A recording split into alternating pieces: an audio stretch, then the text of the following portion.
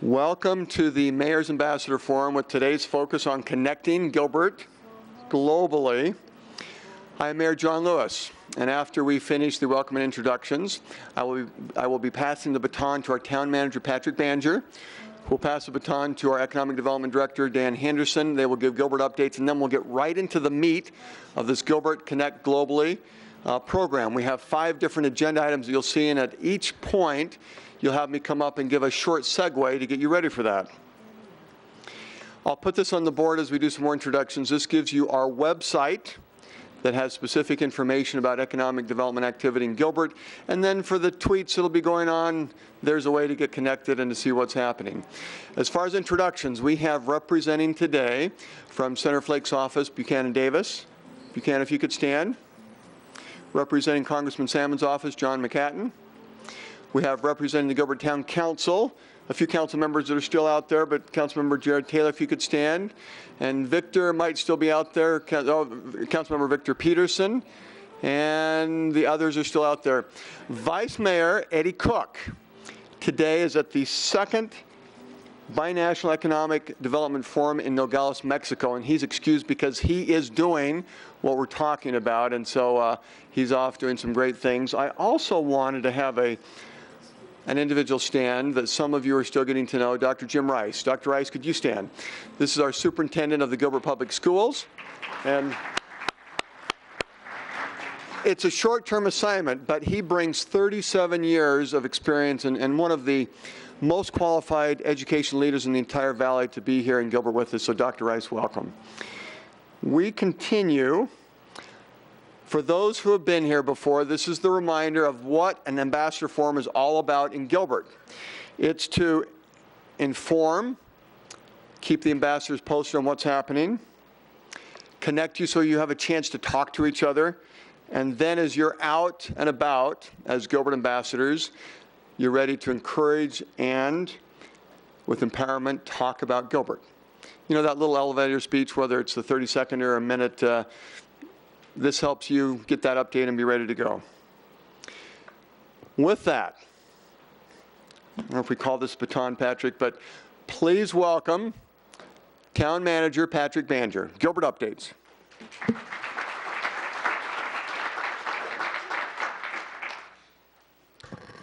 Thank you, Mayor, and good morning, everyone.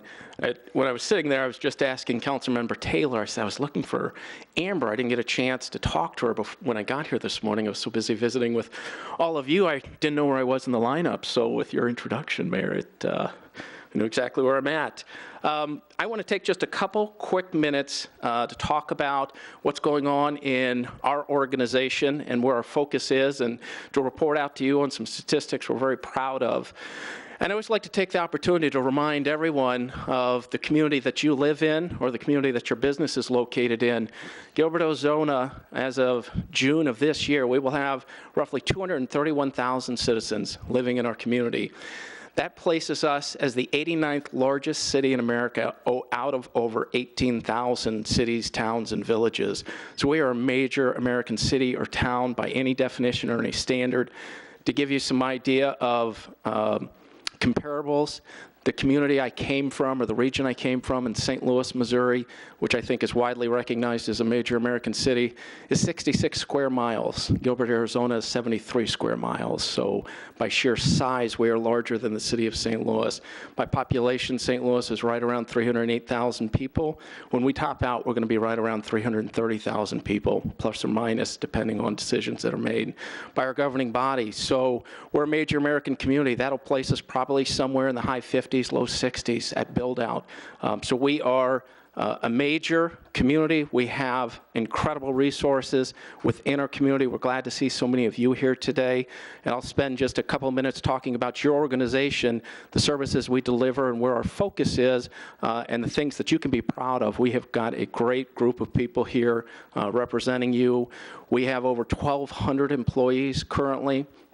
We deliver over 225 different lines of service, both internally and externally on a daily basis, which I think some people, as long as your faucets turn on and the trash gets picked up, we don't always understand what's going on in our local governments, but we are a very large, sophisticated organization delivering a very complex array of services to you on a daily basis and a very diverse array of services to you on a daily basis.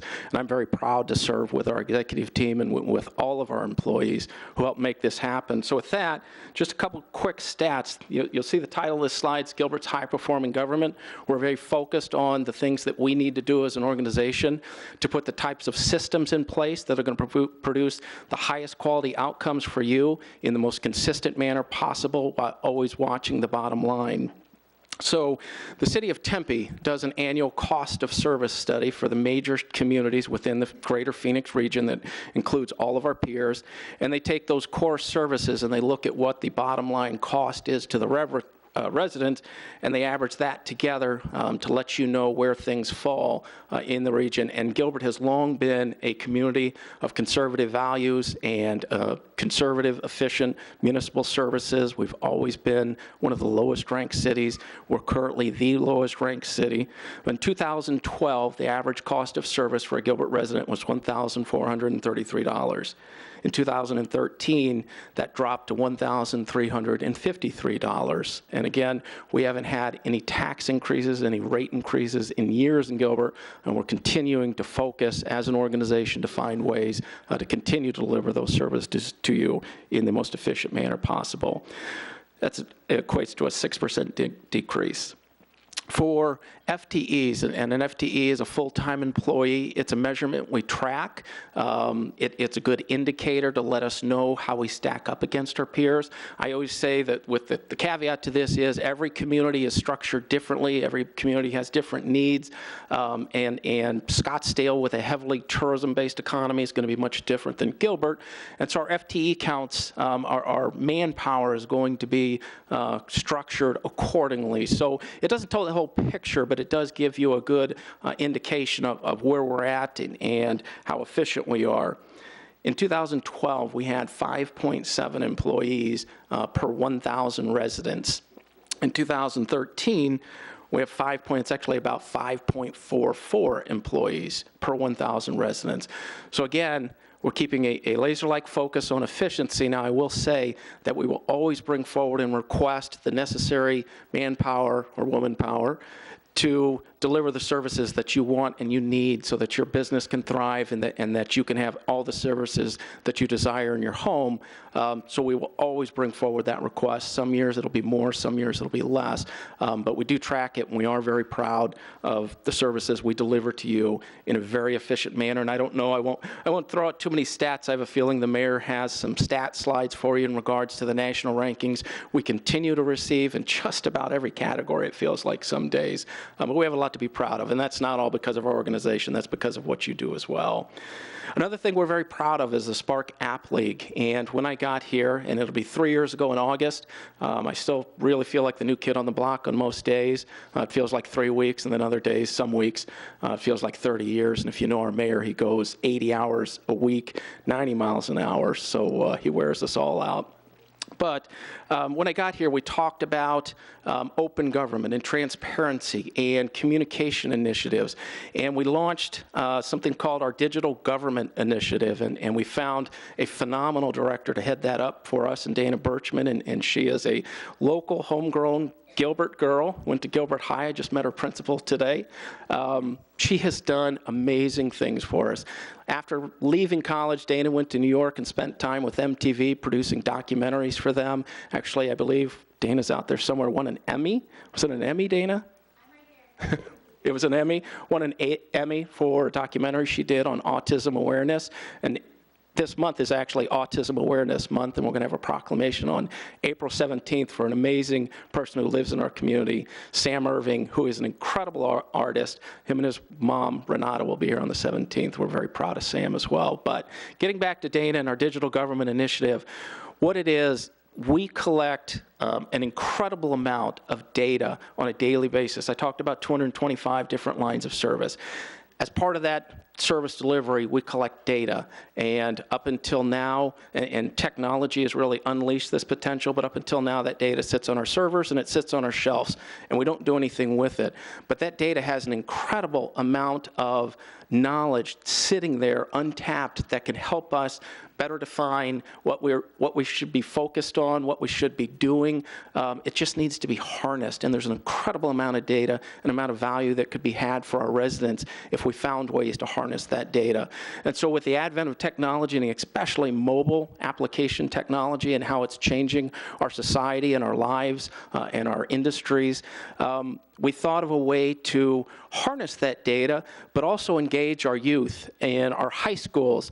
We talk a lot, and the mayor talks a lot about STEM initiatives and the need to really focus in on that and really get our kids ready for college and get them ready for the careers and to become the entrepreneurs we need to reignite in our society to achieve, to reclaim our rightful place on the global scale as a leader in innovation and technology and new advancement in life sciences.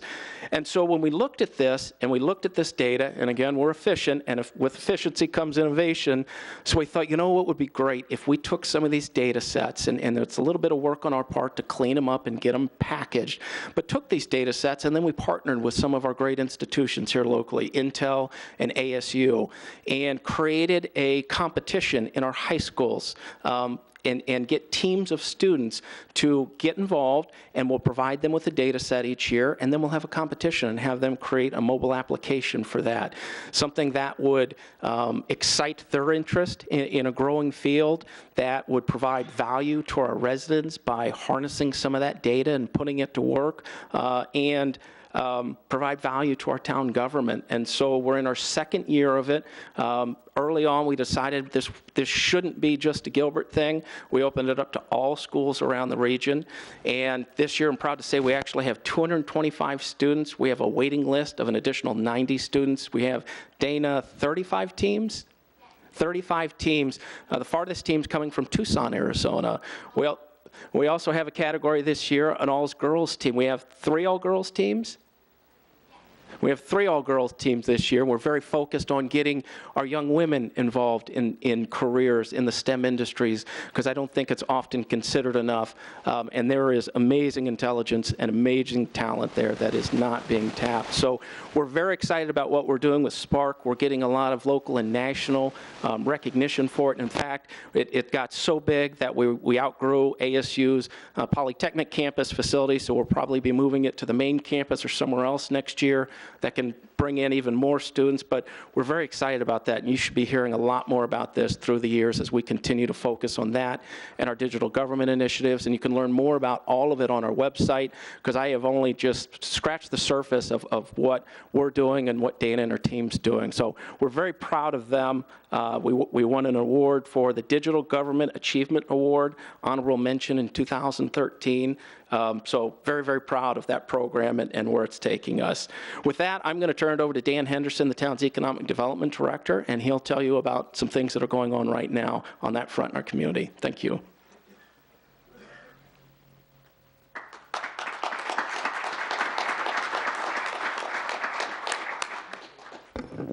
Patrick, thank you. My name is Dan Henderson, and as Patrick said, I'm the Economic Development Director for the town of Gilbert. I'm going to provide an overview of some of the economic development efforts and some of the economic development updates that we have. A couple of years ago, we embarked on a strategic planning initiative where we identified the 5-year goals for our economic development efforts. At this time, I'd like to share with you sort of where we are in the context of that 5-year strategic plan with a baseline that we are 1.5 years into the strategic plan. So the following updates will showcase where we are in relation to this goal.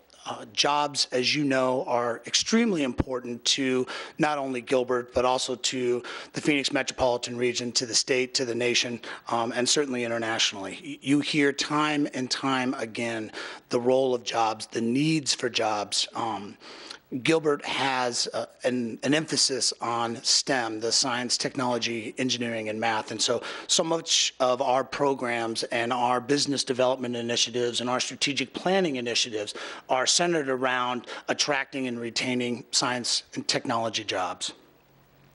So that 5-year goal not only identified the expansion and recruitment of 10,000 jobs, it also put a definitive line in the sand in where we wanted to be in terms of our capital investment.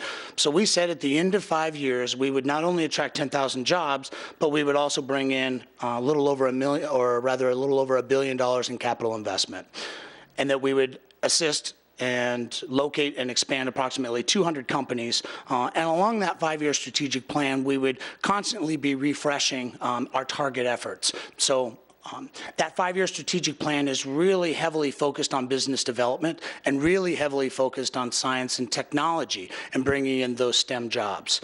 So over the next 5 years, we're spending a lot of time in the strategic planning phase. We're spending a lot of time dissecting the jobs, the occupations, the gaps, where Gilbert is, where the Phoenix metropolitan area is, and where the region is, and well as the state as it relates to bringing in these jobs. So at the conclusion of a 5-year science and technology focus, we are also each year readdressing our comprehensive strategy related to economic development. We're looking at the role of foreign direct investment, the role of exports, tying that into an international strategy. We are looking at our efforts to attract and retain and create a vibrant downtown. What are our redevelopment efforts? We're also looking at our business retention and expansion efforts and trying to tweak a historic program or campaign where we go out and interview businesses and figuring out what are we doing after we're interviewing those businesses? How are we working with those businesses to identify those high growth science and technology-oriented businesses and developing commercialization strategies with them to allow them to grow. So our 5-year goal is not only focused on 10,000 jobs, but also capital investment, the willingness and ability to work with companies to help them locate and expand and deliver, after 5 years, a very comprehensive economic development strategy that encompasses all of our lines of service. So where are we in terms of our 5-year strategic plan? Again, a year and a half in, concluding Q2 of fiscal year 14, so pretty much this point in time, we've attracted 2,200 jobs. That's approximately 650 jobs ahead of our goal. We've brought in roughly $298 million in capital investment, and that's approximately $55 million ahead of our goal. So we're doing good, is what I'm trying to convey. What I have here to my left are some of the notable companies and investments that are coming into the town. You're seeing things like St. Xavier University, the first higher education institution in Gilbert's history. We're looking at a science and technology and aerospace company in Curtis Wright, a retail Top Golf in our Santan corridor, Hampton Inn, the role of hotels in Gilbert are very significant with our overall strategy. We're working with a Canadian-based real estate and investment REIT in the development of Park Lucero, which is just shy of 50 acres of light industrial land, and helping them go vertical with that offering, just located south of the 202.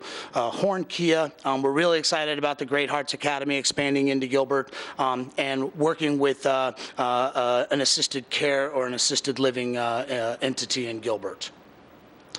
I mentioned previously what we're doing in those areas of strategic planning, and so I wanted to let you know some of the highlights to date. Where are we in that strategic plan? We're working on a Canadian and Mexico strategy. We were the first municipality to join the Canada-Arizona Business Council. Glenn Williamson is here. He'll serve as one of the panelists. Glenn, I have to tell you, you guys are doing great work, and we're delighted to be a part of your organization, so thank you. We also completed a very strategic calling campaign into the Chicagoland area area. We canvassed that area, working with our partners, Greater Phoenix Economic Council and the Arizona Commerce Authority, to identify those science and technology companies in Chicago. We just finished that calling campaign.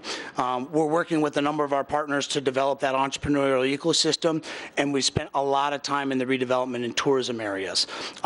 So what's ahead of us in fiscal year 15? A lot of strategic planning. What we're calling in our office sort of a target refresh. We're developing a tourism strategic plan. We're enhancing the existing strategic plan related to the Heritage District to work on implementation strategies. We're looking at a science, technology, engineering, and math market intelligence study, which not only talks about and analyzes jobs, but also works with community colleges, higher education institutions, and the workforce to understand that skills versus demand. We're going to develop from this ambassador network a CEO network where we start working with CEOs and getting them as part of a subset of the ambassador program. A lot more to come on the CEO network, but we often say we can't do it alone. We don't want to do it alone, and working with our CEOs in Gilbert is paramount to helping us refine our strategies and do a target refresh. We're also developing a higher education strategy currently right now. Next year, you're going to see that strategy put into implementation. We're also developing an international strategic plan, and so much of what you're going to hear today in terms of foreign direct investment and export will tie into that overall strategy. So this day, this ambassador forum, this focus today helps us launch that international strategic plan. Finally, I wanted to make mention of two new individuals, two new cast members on the economic development team. Carla Moran is on our business attraction side, working on foreign direct investment. We'll be working with her and certainly all of you in the development of that international strategy. We've also got Jennifer Graves, our resident Wildcat. Boo! We don't like the Wildcats, but we recognize that that's an important university in Arizona. Jennifer Graves handles our business retention and expansion efforts, and she's working on our export assistance. So at this point, I'd like to get into the meat of what you all came here today, and let's listen to our panel. At this point, Mayor Lewis, why don't you come up and talk to us about Connecting Gilbert Globally? Okay, is Jennifer in the room? Jennifer Graves? Jennifer, just stand up real fast. I've got to do a 30-second. So yes, this is a Sun Devil area, but just a week ago, I was at Buffalo Wild Wings across the street with Gail Schmidt, the owner, and we were just concluding watching the game of the Wildcats, and she made mention to me that if the Wildcats were to have won and gone to the Final Four, that would have been an extra $6,000 in revenue for Buffalo Wild Wings. So let's hear it for cheering for the Wildcats, please. Gilbert updates. We shift now to this focus on Connecting Gilbert Globally. For almost 20 years, we have been part of a sister city program. We have two sister cities, Lishan, China, and Newton Abbey, Northern Ireland. It just happens, the timing was perfect, that today we happen to have two mayors in council chambers. Would you please join me in a nice big round of applause to welcome Mayor Fraser Agnew from Newton Abbey, Ireland, Northern Ireland. Stand right here real fast. He'll speak to us in a moment. I just wanted to give a couple of updates. One, I thought he had his Gilbertown pin on, but sorry, Jennifer. It's a Sun Devil. But it has been a great week, and the mayor's wife is here with him.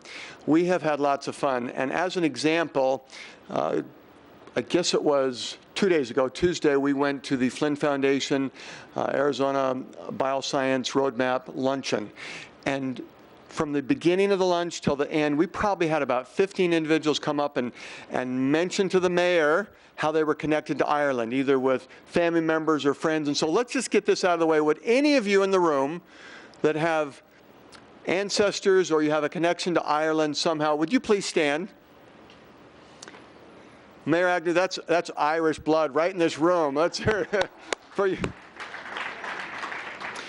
We also appreciated, with the mayor, we went to an elementary assembly where the whole assembly was focused on thanking the Agnews for coming at Playa del Rey. And wonderful. And we had some Irish songs and American songs and short speeches. And at the end, the principal opened it up to questions. And the first question from, I heard later, a cute third grader, of all the questions that could have been asked of Mayor Agnew. How old are you? Very young man right here to my left. And there is, from a Gilbert business need, I'll just pass this on, that Mayor Agnew has been very specific to let us know that he is struggling in the Gilbert area to find a good cup of tea. So if there's any recommendations, he'll take it. We're still struggling to find that good cup of tea. We have a lot of good juices and drinks, but haven't quite found that. For today, we're going to show a short video. And then I'll give the microphone to the mayor so he can just take a moment and talk for a few minutes as we continue on. But this video, on Monday, we had the Agnews come, and to our town employees, we were in this room for about an hour. And what's happening, it's interesting from a government perspective. It would almost be like Gilbert and Chandler talking about to improve efficiencies coming together, and a neighboring community to Newton Abbey. This is happening under the mayor's leadership and will happen by the end of the year where the communities will join together. And so this video will give you an update of both Newton Abbey and this other community and what's happening. And after we watch the video, I'm going to hand the microphone to Mayor Agnew because we've got to have a little bit of that good Irish accent for this group today. But here's with our video.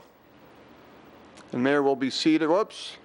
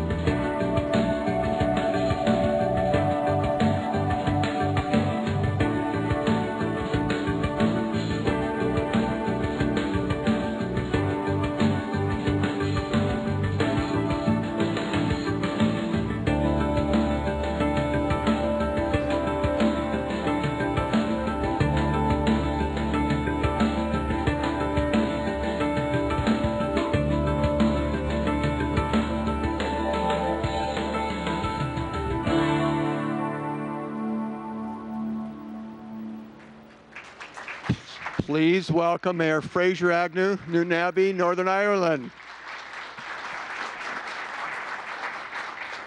Thank you very much, Mayor Lewis. And the first thing I've got to do is to look at the clock, because I've only got a minute. So can I say at the outset that I'm so pleased to be here. I just love America, and I just love Arizona, and I've fallen in love with Gilbert. Gilbert's a wonderful city, and I think at this moment in time, we've got a wonderful mayor.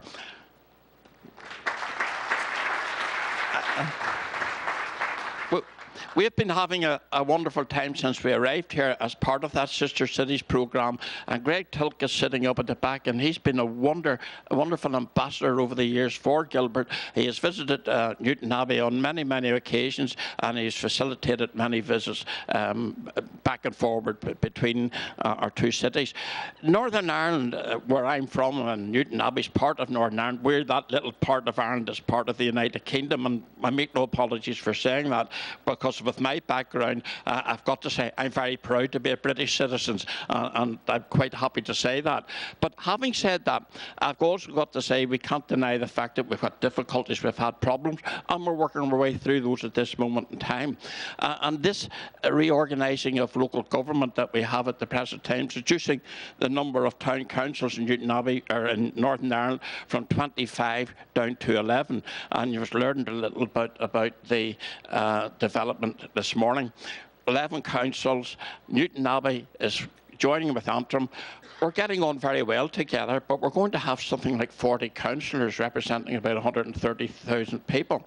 And one of the great things I like about your country is your democracy, the fact that your freedom, your democracy, it's all enshrined in the Constitution.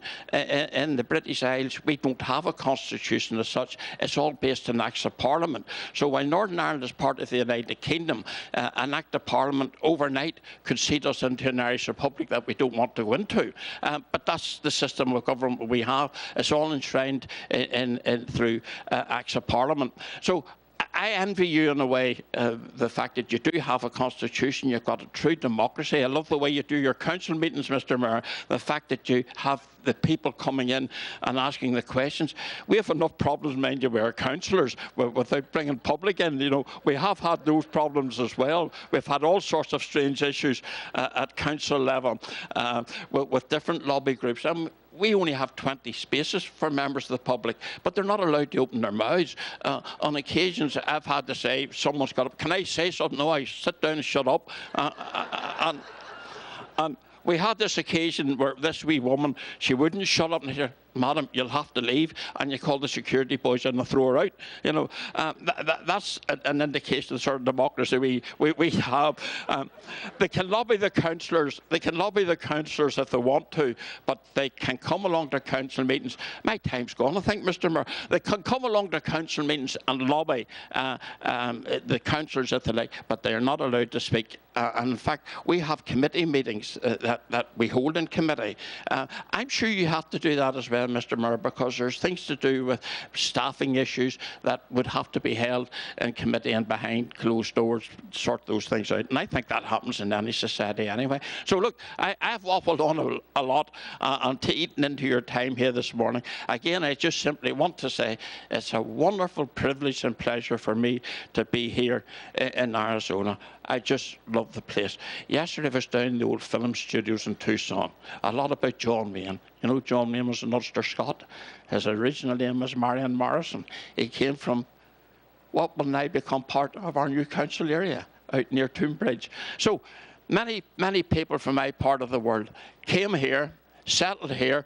We're talking particularly down the East Coast, the Appalachian Mountains, the hillbillies, all were Billy boys from Northern Ireland. So many of your presidents had their roots in Northern Ireland. We had Greg over some months ago, brought him down to Carrickfergus, showed him where General Jackson, or one of your presidents actually, who was one of the former members, or was a founding member rather, of the Democratic Party in the States, an Ulster Scot from Carrickfergus. The American Rangers still exist today. Where were they established?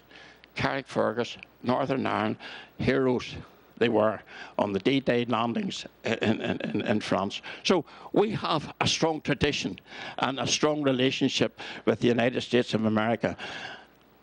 I love this place, as I've already said, and I've got to sit down because you have a lot of business to do, but I want to say that you're such a warm, welcoming people, and I just love you all. Thank you all very much for having me here. Thank you very much, Mr. Mayor, for your hospitality. God bless you all.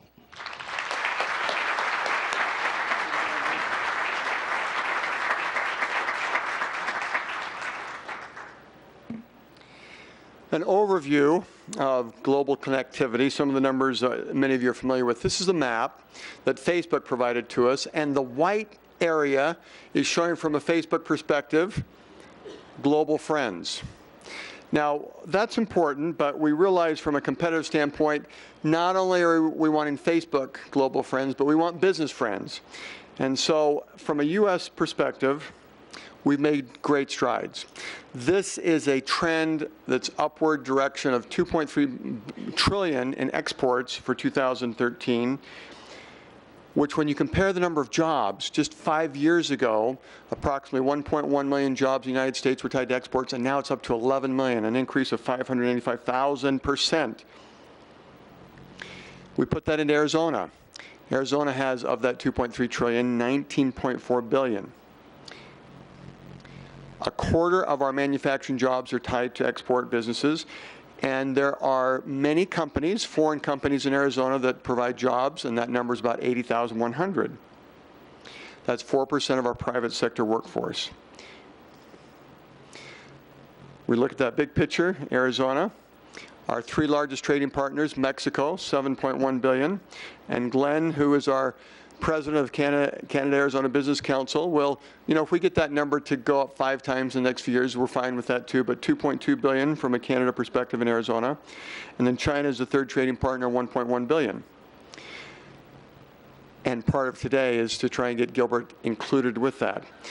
We have a special guest, Annabelle Bagley, who is the Information Services Manager at Maricopa Association of Government. A tool, a service that we're going to make sure that you know about. It's called ConnectBN. And Annabelle, if you could come forward, and we're going to ask you to give a quick overview of that as a tool that can also be used by our Gilbert businesses. Thank you, Mayor. I'll just quickly go through this as a demo of the tool. So this is a tool that we built called ConnectBN.com, and we're great here because we've got tons of partners here, and Arizona-Mexico Commission, Canada-Arizona Business Council, ADOT, Arizona Commerce Authority are all partners on this project. And primary idea on this project really was to connect small and medium-sized businesses in Arizona, Mexico, and Canada together. So if you're a small and medium-sized business and you come into this site at www.connectbn.com, you're able to provide your own information. So it's self-reported. You provide your own information. You come in and you join, and you add information about your business, create an account. It's all free. Then you're put on a map itself, and I'll quickly go through that. That's a map currently we did a soft launch about 2 weeks ago, and we've got 95 businesses on right now. And as you see, we've got 1 business in Canada, 1 in Mexico. Hopefully, we'll start getting more.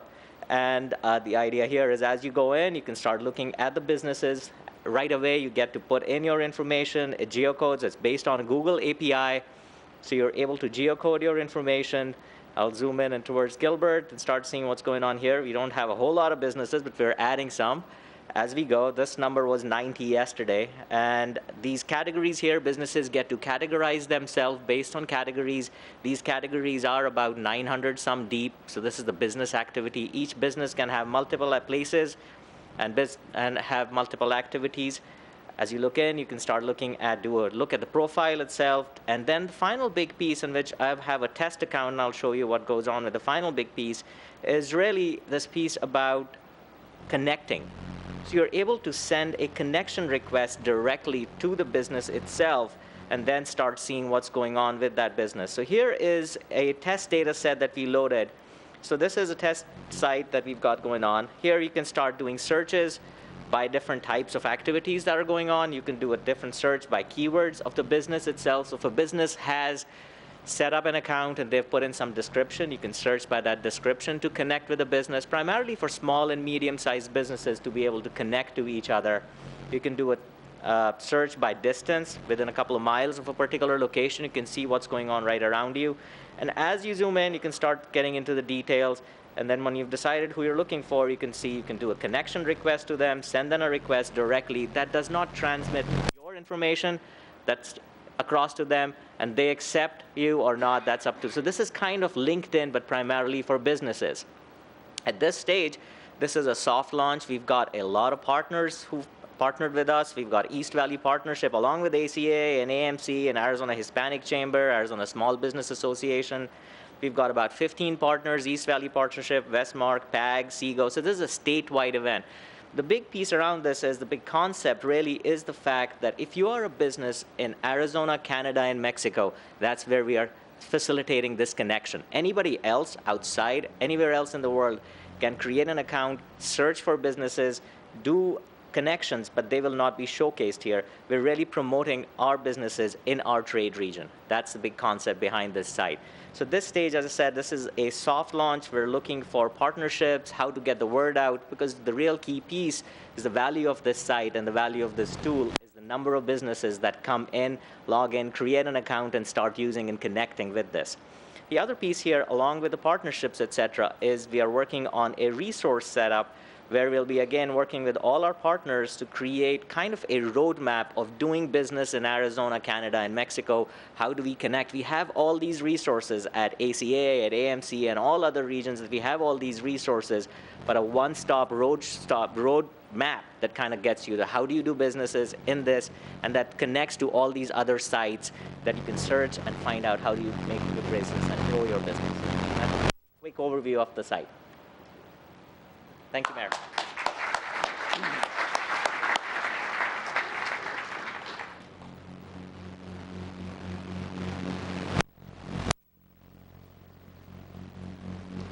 So what you're saying, Anubhav, is that even today, coming to this forum, we can get that link and then start using it. And that's part of today. Any of the links that are mentioned, if you registered, we have your email address, and we will be sending you a thank you, and then also including all of the links that are discussed today, including ConnectBN. So thank you. We now move to the panel. And panel members, please come forward. This is where we are really going to start to do some connecting, because we have individuals who are doing it, some locally right here in Gilbert, some in the greater Phoenix area, and some for the state. The person backed by popular demand to lead the panel is the founder, CEO of Board Developer, local Gilbert resident, Jim Hayden. Jim?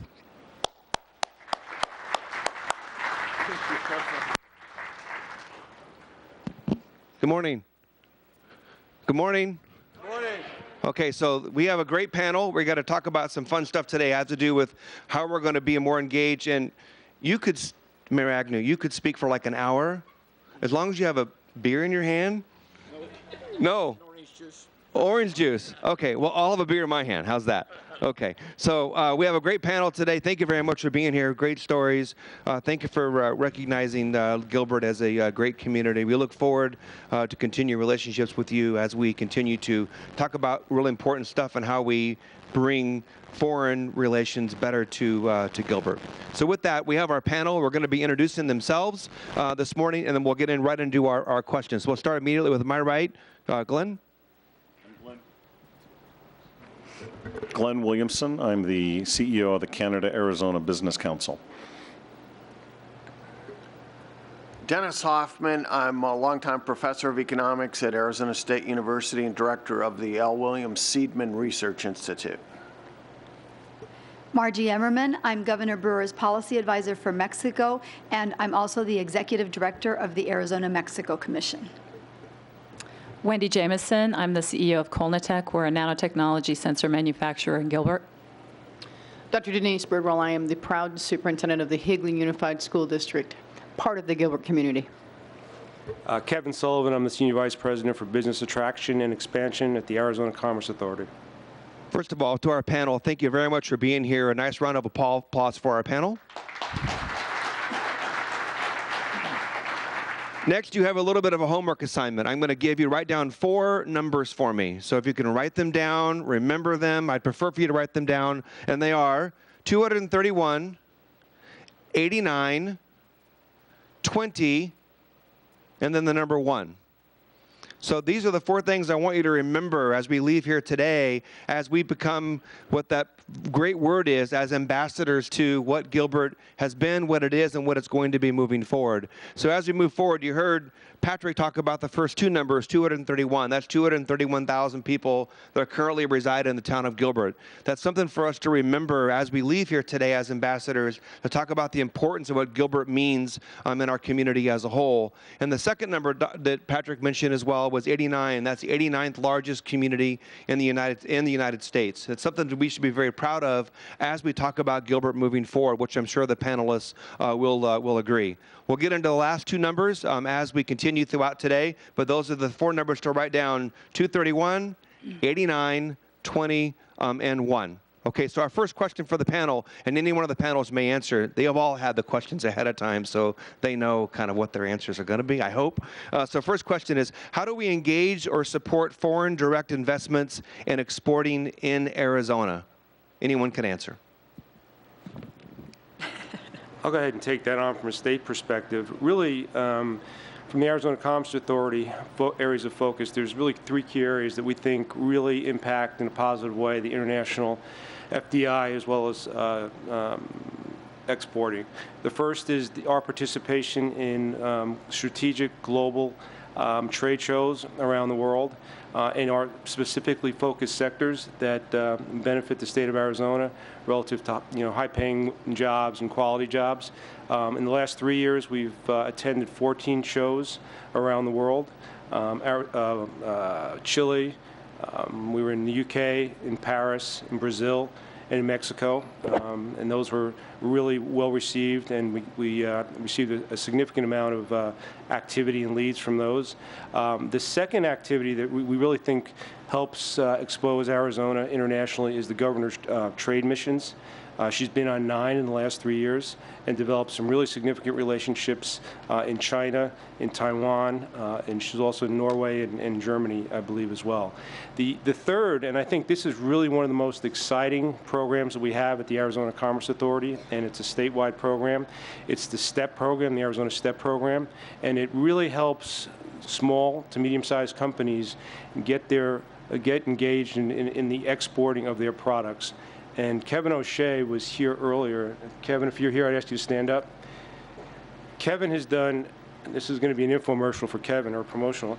Kevin has done, he's a one-man band, first of all, and he has done just an amazing job. The state of Arizona has the 2nd highest level of participation in this program in the U.S.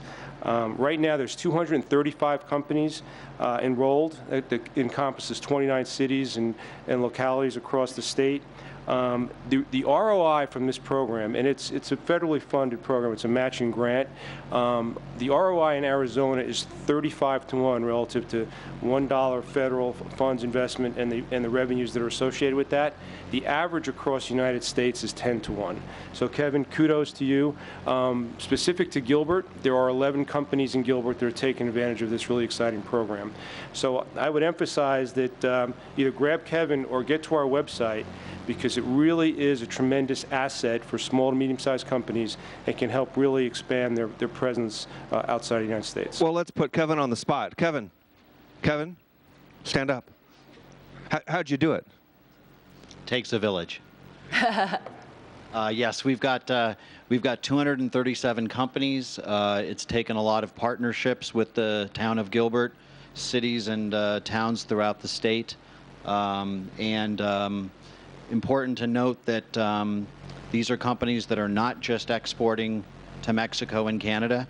Obviously, those are very important export destinations for Arizona companies, but those are exports to 75 different countries. Companies in this program that are reporting export success are reporting success to 75 countries throughout the world. So it's a very concrete, very practical program. Actually, one of the distinguished panelists represents a company that is in the program, that's utilized the program, and is having export success through the program. www.azcommerce.com. www. Why do we still say that? AZ, you know, I think our domains are, yeah, it's my fault. I'll take that. Thank you very much. So our next question, go ahead, I'm sorry, go ahead. I was going to offer a comment about that too, that we are the AZ Step, we are one of those AZ Step companies, and these resources are available to small companies, and I think a lot of them don't know that they exist. But this has really been very beneficial to us. He provides reimbursement for us to attend exhibitions, participate in trade shows around the world. We're going to one in Grenoble, France. We're going to be in Helsinki in May, and I'll be in Grenoble, France in the fall. And I've done several of these, and they really help us out. They enable us to actually reach out and participate. You're going to France in the fall? I am. I'm going with you, along with Adelaida. Yeah.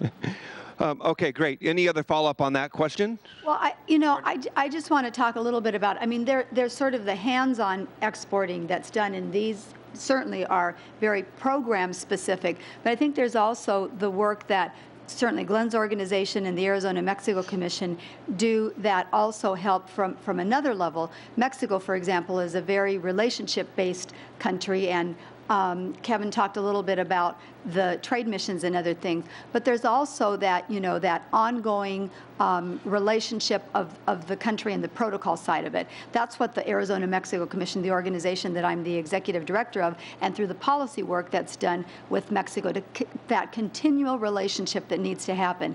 The other thing that that we're doing is, for example, the work that needs to happen to help people understand, so what are exports and how do you export? And I'll just give you an example. One of the things that the Arizona-Mexico Commission is doing, we have twice a year plenary sessions where we get our members together with our counterparts in the state of Sonora. We have a meeting coming up in June where we have a forum that is specifically going to be geared to, I mean, I'll give you the topic of it. Are you ready for international business? It's going to be a focus on Mexico. Our keynote speaker is going to be Walter Bastian, the Deputy Secretary of Commerce. The entire afternoon is going to be focused on exporting and all of the things that people need to do to export. So I think there's the sort of the hands-on work that organizations like the ACA do, but there's also continual work that is being done to get people engaged to really understand what are all of the things that you need to know and understand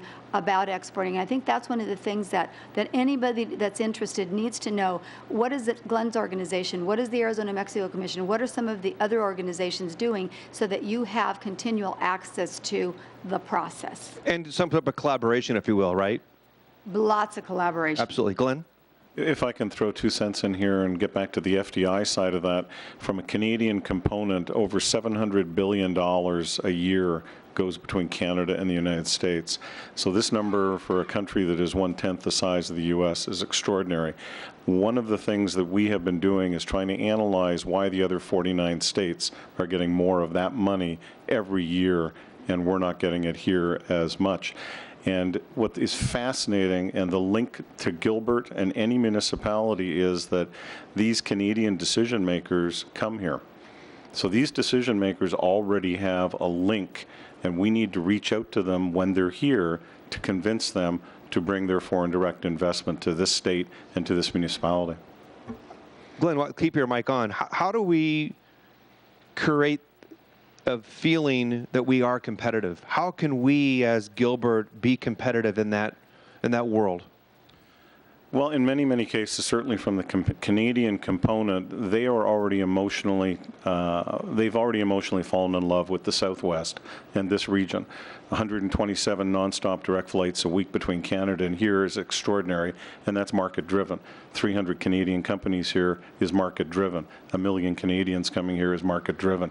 That tells us that they're here and they want to engage, and it's really up to us as communities to engage with them. It's much more cost-effective than scampering all over the globe trying to track down people at the other end when you already have someone that is interested in you but just doesn't quite know how to meet you yet. So it's really marketing 101 at the grassroots level with these people here in town. Great. Dr. Burtwell, I'm curious from your perspective, how do we become competitive, specifically in the Southeast Valley, from the role that you're involved with in education? Absolutely. You know, it's critical that we bring the families here as well. So one of the visionary aspects that we're working on in our district is an international university academy which would house foreign high school students that would then allow our students to interact with them so that communication begins early on. But we've also are one of 5 districts in the state of Arizona that now have a Chinese immersion program starting in the kindergarten, and we're actually going to roll that down into our preschools so that by the time a child hits the 2nd grade, they are fluent in 2 languages. That's not been a U.S. concept. We've typically wanted to say that everybody else should speak English. And in reality, if we really want to be a global economy, we need to reach out and understand that bilingual education is critically important. In the plans visionarily, we are also looking at a Spanish immersion program as well. We believe that the Chinese and the Spanish languages are going to be critical.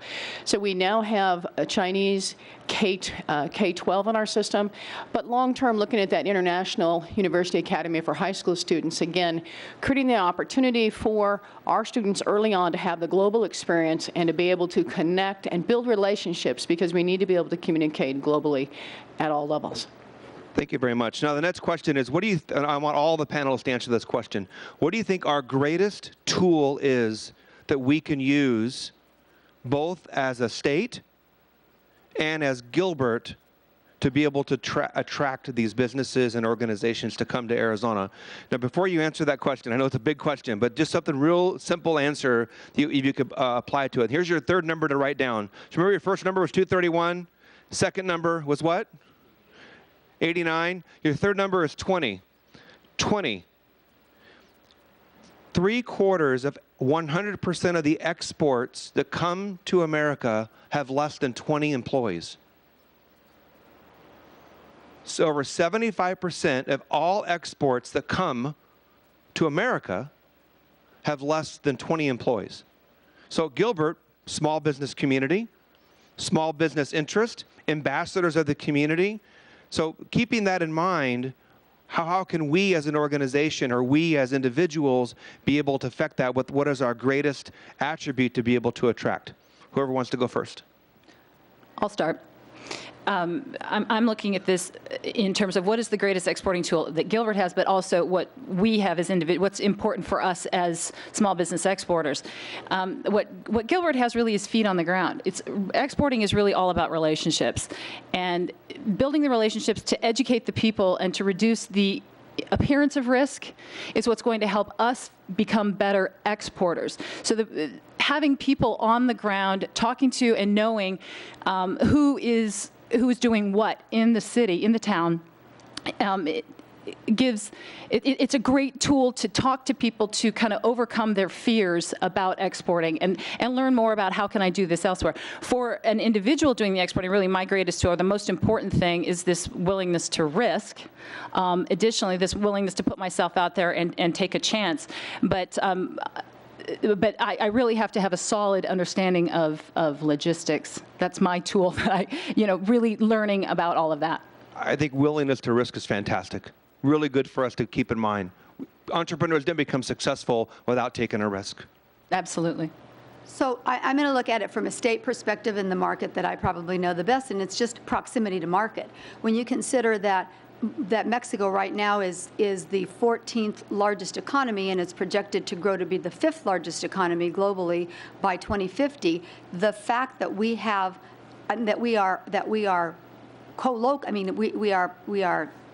joined to a market that has that growth potential, and that we can both source its growth and from a manufacturing perspective and look at the growing consumer market, we can both sell to consumers and source manufacturers, and that we have that proximity market, I think is a fantastic tool.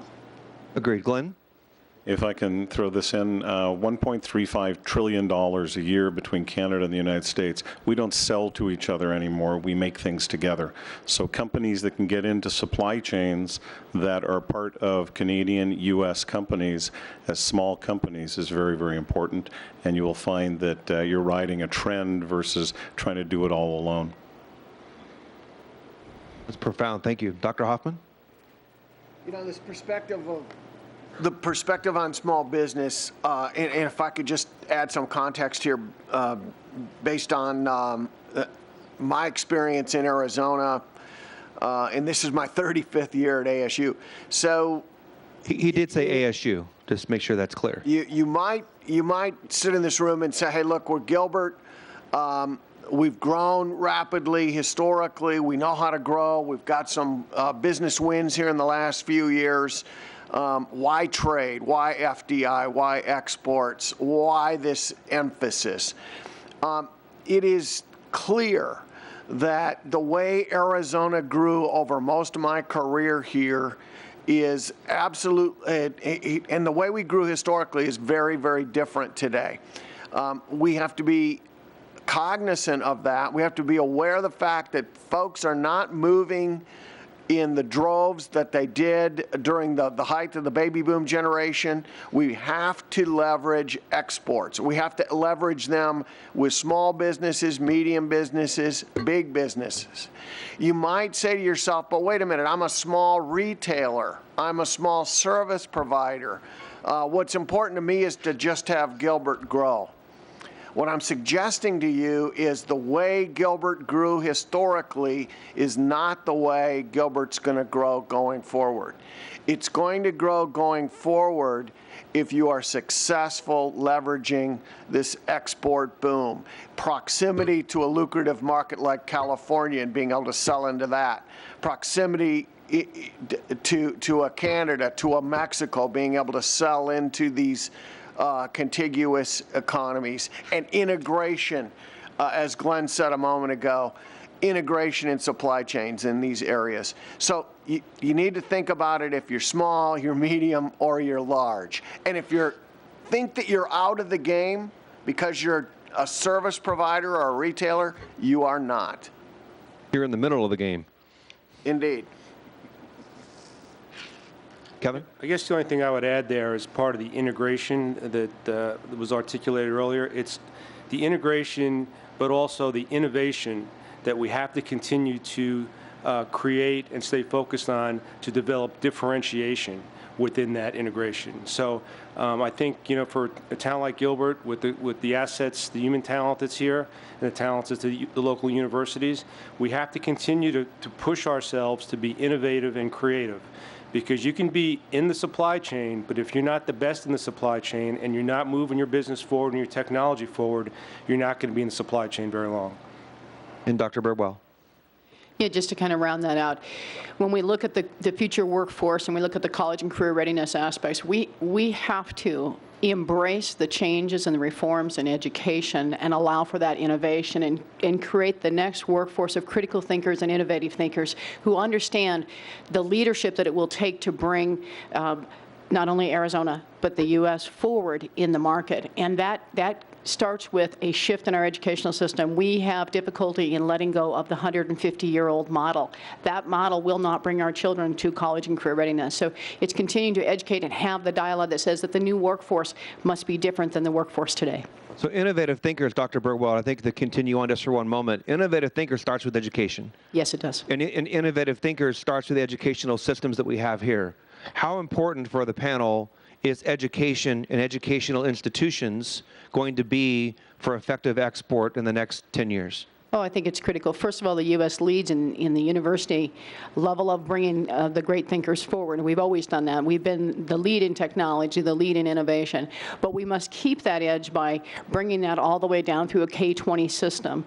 And Gilbert is a leader in that aspect, and we must invest in the education of our children in order to invest in our future. So it's critical to keep the focus on educating those who we're going to be handing these businesses off to or bringing them into our workforce, so that they're ready for this new innovative process of business.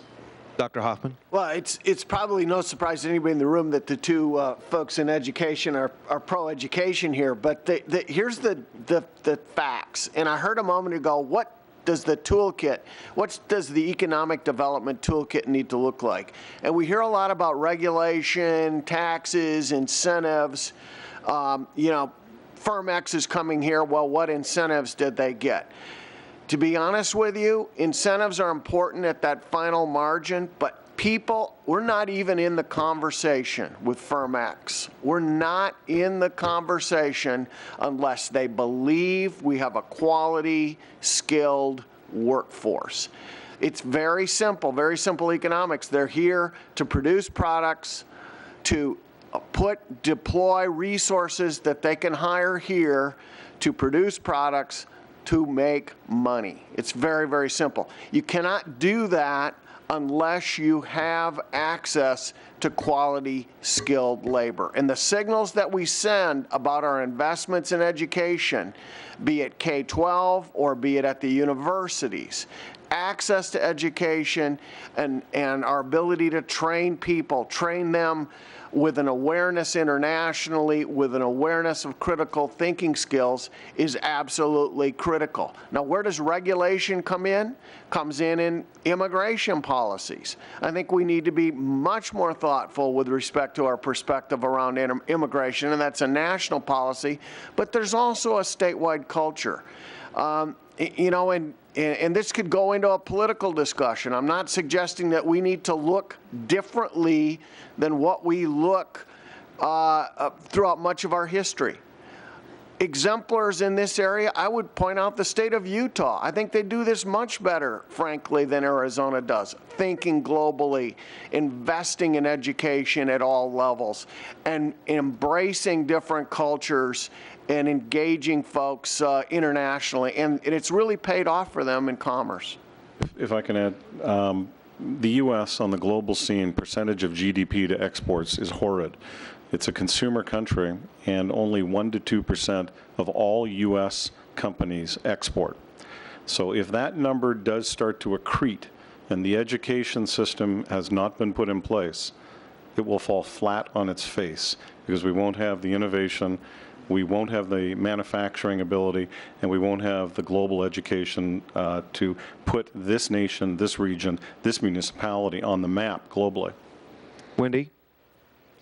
Oh, I was just going to add to, in addition to attracting them, we need to be able to retain them. We lose a lot of our talent to, they go back home. We get some really terrific talent. But in this area, you do, from an entrepreneur's perspective, we absolutely have to have the talent pool here to pull from in order to, one, start up something, and then two, to continue it and grow it. I have to be able to find the scientists and engineers, and frankly, it can be difficult at times here.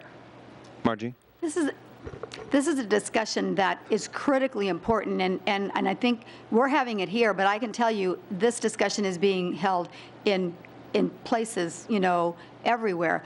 I was just in Mexico City with a delegation that the state legislators and the mayor of Phoenix went on a couple of weeks ago, and I don't care what meeting we were in, whether it was with the Congress of Mexico or the Secretary of the Economy or the Secretary of Foreign Relations, every meeting that we were in was either about the high-level economic dialogue that the presidents of Mexico, the United States, and the Premier of Canada were having around innovation and education and how the Americas were going to be more competitive, or the reforms that Mexico was undertaking, and in every reform there was money put aside for innovation. So in order for us to be competitive and for the Americas to be competitive of other regions, education is at the forefront of all of it. So I just want to say that we're having this dialogue, but so is everybody else, because they recognize that education and innovation are what are going to really make you more competitive against other regions in the globe.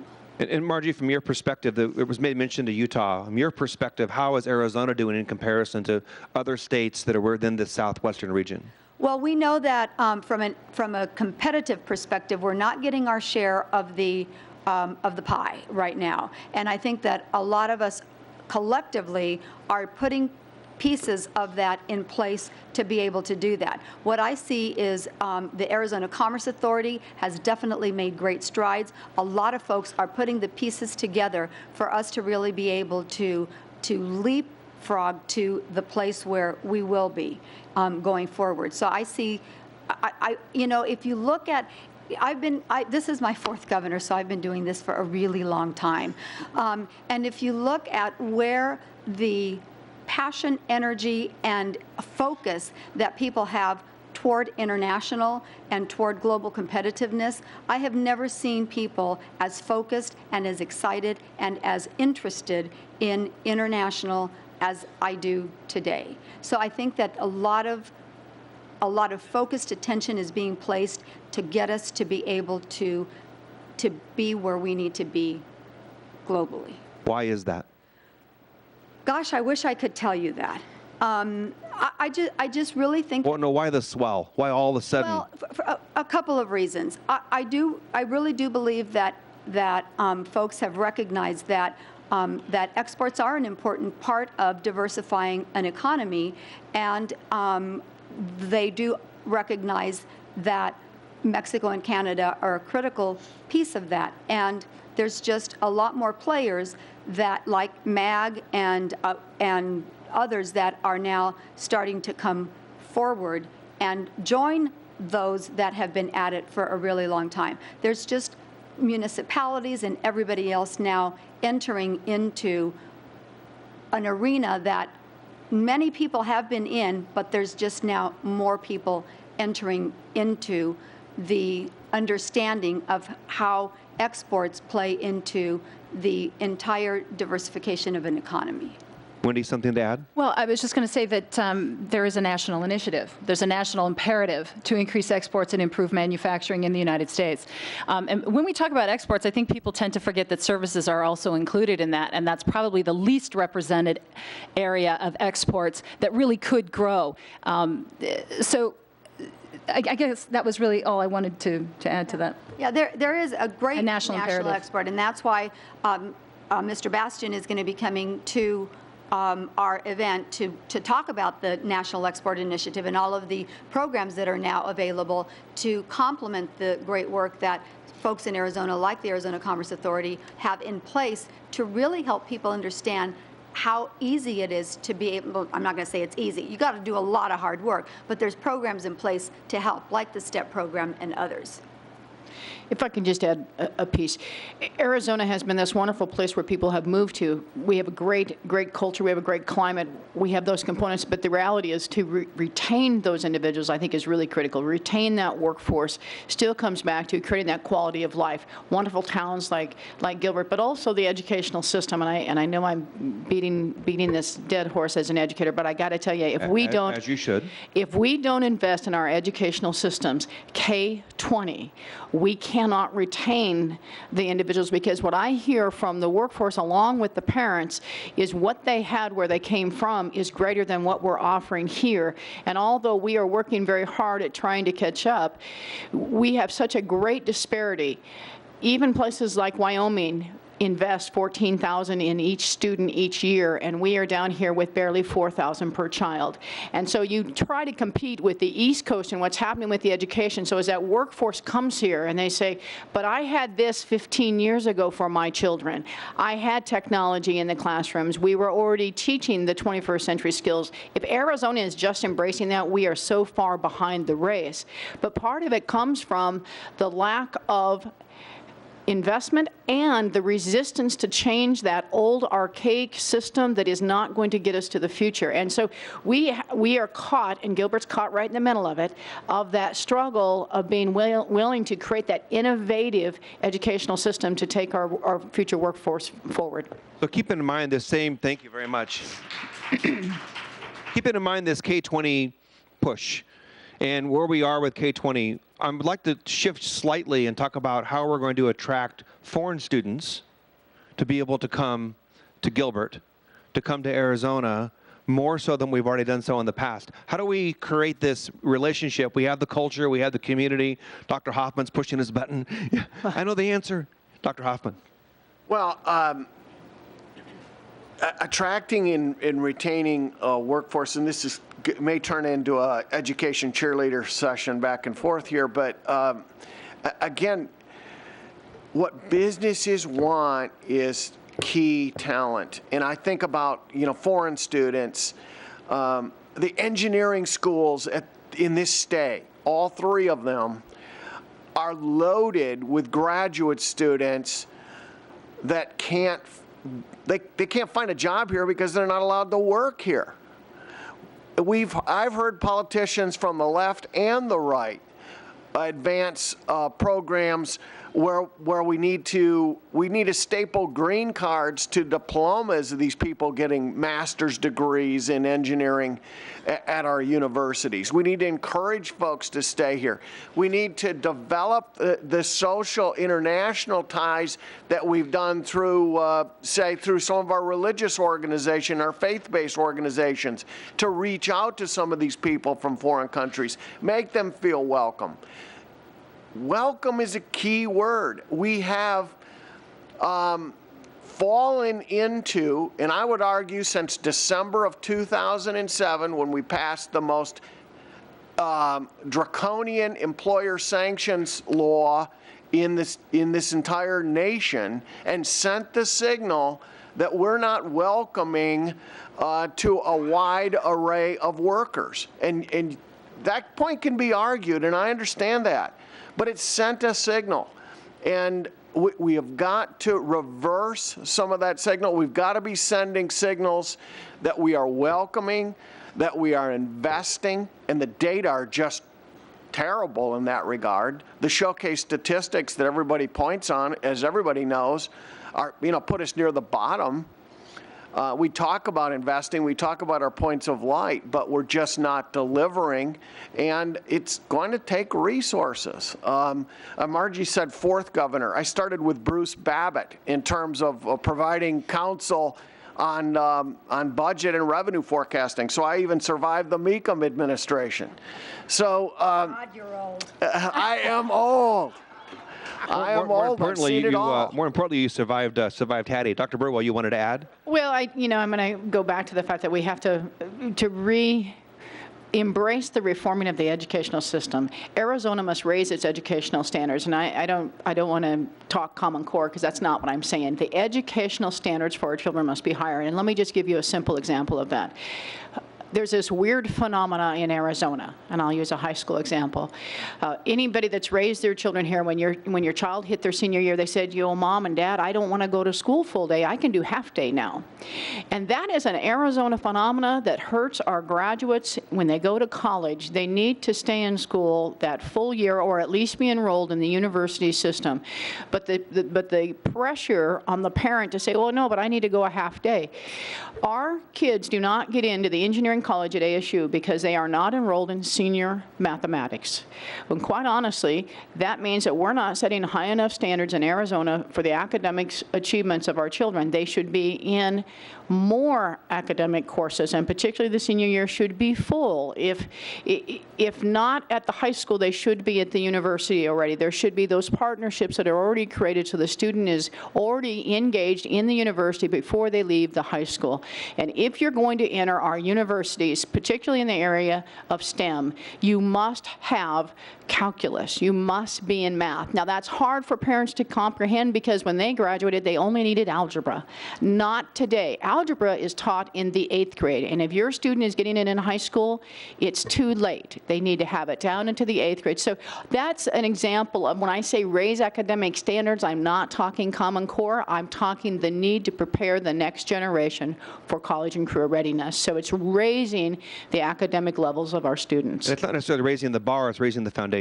It is raising the foundation because we're just better preparing the graduate to enter college to be successful because many Arizona students didn't make it into the engineering college. Michael Crow's done a great job, 7,000 foreign students in our university.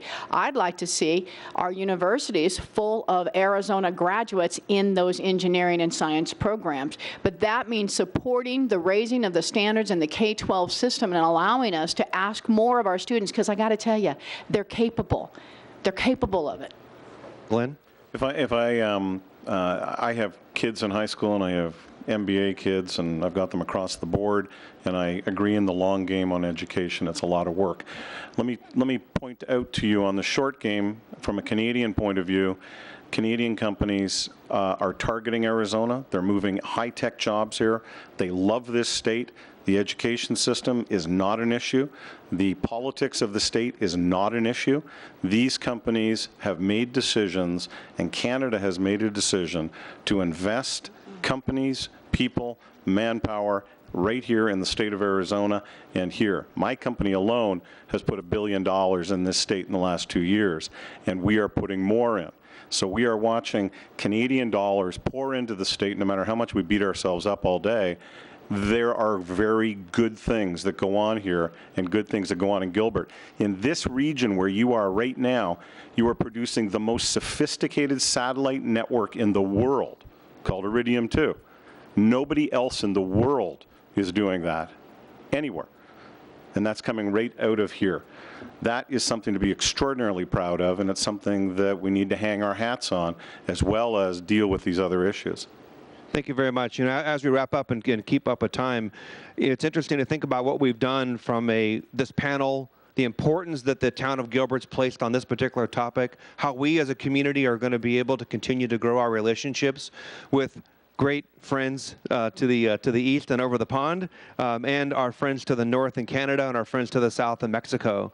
But I think where it starts is what we can do as individuals. So it's what we can do to be able to listen to this and what we do with that information, what we choose to do with the information that's shared with us to be able to make an impact. And for you to be able to say, no, I can't make a difference, well, guess what? Yes, you can. It takes one person, like we mentioned earlier with Kevin, to be able to make that much of an impact on what we're doing. So on behalf of Gilbert, on behalf of the town of Gilbert, I'd like to thank our panel of esteemed guests and experts on this particular topic. Thank you very much. And now your last number. So our first number to write down was what? 231, which is what? Population in Gilbert. Second number to write down was what? Which is? 89th city in the U.S. Okay, and the third number was what? 20. Who said 20? Oh, because I'm coming with the mic. I can tell you. What is it? I don't know. I can't remember what 20 was. What was 20? 75% of exports in the United States comes from employers of less than 20 people. So how many employers do we have in Gilbert with less than 20 people? Lots, right? Lots, hundreds, thousands of them. And the next number to write down, what was the last number? 1. And that 1 is you. Is how you're going to be able to make a difference and how we're going to be able to make this happen together. On behalf of our panel, on behalf of our esteemed mayor from across the pond, thank you much for having us. Back to you, Mr. Mayor. Mayor Lewis? Can I make one comment? Yes. At the end of the day, when it comes down to small business, if you want to increase exporting, it really all boils down to one thing. It has to affect my bottom line. If it doesn't affect my bottom line, I'm not going to do it. So you have to encourage me as a business owner, or help me figure out, particularly if I'm scared and afraid of what's out there, not knowing all of the regulations involved, how do I do it, make it easy for me to do it, and convince me that there's a market for it. And comfortable to take that risk. So, just a little bit of energy to my right, and so thank you to the 6 of you and to our moderator, Jim Hayden. So a call to action. 6 months ago, the entrepreneurship was the focus. A year ago, getting Gilbert College and Career ready. And so we could, we'll always say shop Gilbert, but that word encourage, we might say think globally. It's just we leave today with that encouragement and working together, some of the resources we talked about. As I mentioned, you will receive all of the email addresses that we have, all of the links, including 2 documents that will have some additional information that we think will be very valuable. And then I have to do just one more thing. Saturday, timing just happens to be our annual Global Village Festival that ties all this together in a fun way. It's free admission from noon to 6. Families love it. And it just happens to be that at 3 o'clock we will have our Parade of Nations, and Mayor Agnew will be leading the parade. And so we'll keep thinking exports and globally and come to that. But to all involved, and maybe I'll just, Amanda, if you could stand, Amanda Elliott. This is the producer and director of today's Ambassador Forum, Amanda Elliott. Thank you for being here. We will continue this meeting by putting into action everything we talked about. And to our panelists, again, thank you very much. Meeting dismissed.